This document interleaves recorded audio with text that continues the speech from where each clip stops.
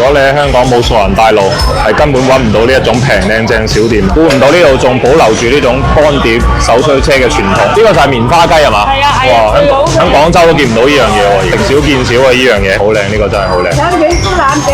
廣州已經冇呢樣嘢食啦，香港真係講古文化最後嘅淨土啊！各位嚟到香港嘅 Day 2，一大早起身咧，肯定要揾翻間靚靚嘅早茶。今日去嘅呢間咧唔係本地人帶路，一定揾唔到嘅店，非常 local 嘅。我哋埋位上嚟都係呢種衣字輩、叔字輩嘅早茶，肯定冇錯。估唔到呢度仲保留住呢種乾碟手推車嘅傳統，開個蛋散好靚。靚嘅。係啊，仲有咩推薦啊？我推介你食個春卷。春卷係邊個春卷啊？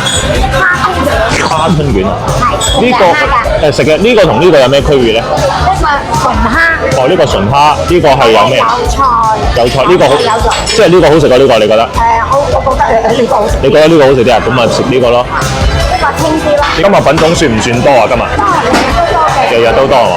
哇，好靚啊！呢個好似上一層濾鏡咁啊！呢個靚到，係啊，係啊，好睇好睇。沙翁你哋而家有咩？有。要沙翁，好靚，呢個真係好靚。佢咁靚，第二阿姨又咁配合，呢餐食得開心啊！好，唔該你。好，食少見少啊！呢樣嘢，呢個係咩嘢醬嚟㗎？甜醬唔係啦，有咩嘢啊？呢個灌湯餃。爽肚。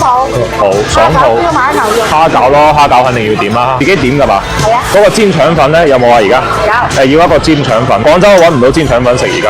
係啊，好少地方有。如果你喺香港冇傻人帶路，係根本揾唔到呢一種平靚正小店。我覺得喺度飲茶真係好 local，而且呢度啲阿姨又好好相處。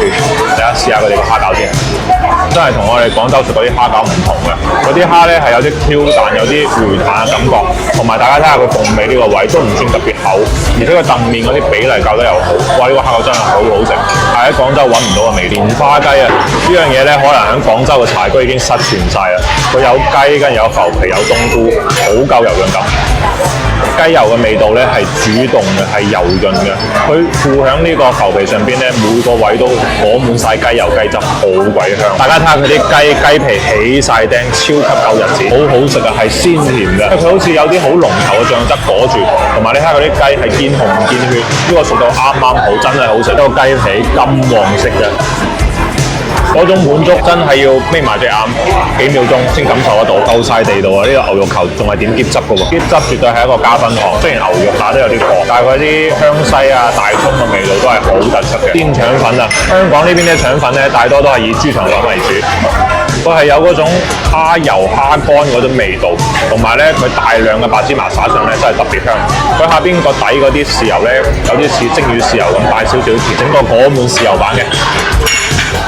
係蝦春卷啊，都係阿姨強烈推薦俾我嘅。呢種脆咧介乎於蛋卷同蛋散之間，佢係真係可以脆到咧，讓你感覺喺個嘴化開嘅大蝦幾咁紮實。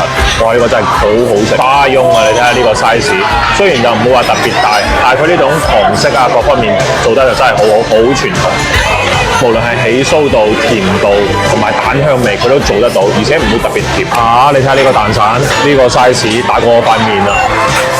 有別於我哋平時食嘅蛋散，佢入嘴咧先係嗰種濃香嘅蛋香味，跟住再係嗰種糖嘅味道，而且係好鬆化，輕輕咁樣咬一咬就喺呢個嘴度化開，哇！嗰陣蛋錘真係好香。可唔可以俾我睇下有咩啊？臘腸卷、豬腩餅。而家好少食臘腸卷，好似失傳咗、消失咗咁呢樣嘢。係真係我喺廣州已經冇呢樣嘢食啦。今朝嘅 encore 啊，雖然食到超級飽，但係睇到阿姨攞到呢個臘腸卷出嚟，忍唔住加咗個。哇！呢個第一啖食落去咧，好似飲咗杯高度白酒咁啊！